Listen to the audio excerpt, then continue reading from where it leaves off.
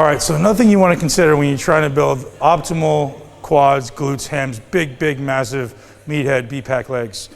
The path at which your knee travels is very, very important.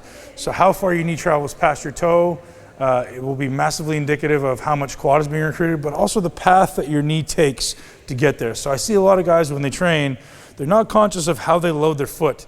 So when you load your foot, if you're loading on the inside of your foot, watch what happens to my knee when I load the inside of my foot. I'm automatically caving my knee in. That is a recipe for disaster. Don't ever do that. I want to think about loading my heel, and I want to think about loading the outside of my foot. What happens when I do that? Knee naturally travels more to the outside of my foot. It's a lot more natural path of motion. So all of you guys out there who want to build big legs, if you see your foot caving in a little bit, you need to not do that. So think about loading the heel, loading the outside of the foot. When I get into a hack squat or a leg press or even a squat, I actually pull my feet up. So I make sure that I'm not loading my toes. I'm loading the outside of my heel and the outside of my foot.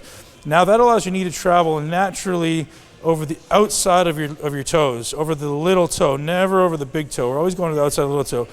That has two benefits. It has a benefit of increasing the amount of mobility at your ankle joint. You can actually achieve a little bit more range of motion if you're slightly to the outside. And it's going to allow you a greater amount of knee flexion and not allow unnecessary movement at the knee joint. We don't want our knee coming in and out.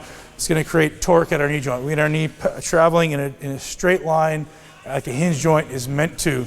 So those are things that most people don't do correctly, and they're going to notice the range of motion is going to be very, very limited if you start caving in. Two, you're going to start having knee problems and go, geez, I don't know why I can't build my lateral quad. That's why you can't build your lateral quad, because you can't get maximum depth. So if you're trying to build the vastus medialis, which is the teardrop muscle, or the vastus lateralis, which is the outside of the quad, the sweep, the only way to isolate those parts of the muscle is not with some particular exercise, is not by turning your toes in or out like some meathead coach may have told you. The only way to isolate that is with training the extremes of the range.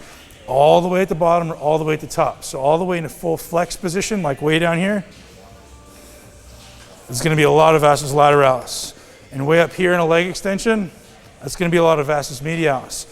So the only way to recruit those muscles selectively is by training those range of motion. And first and foremost, you need to be able to get there without breaking your joints first.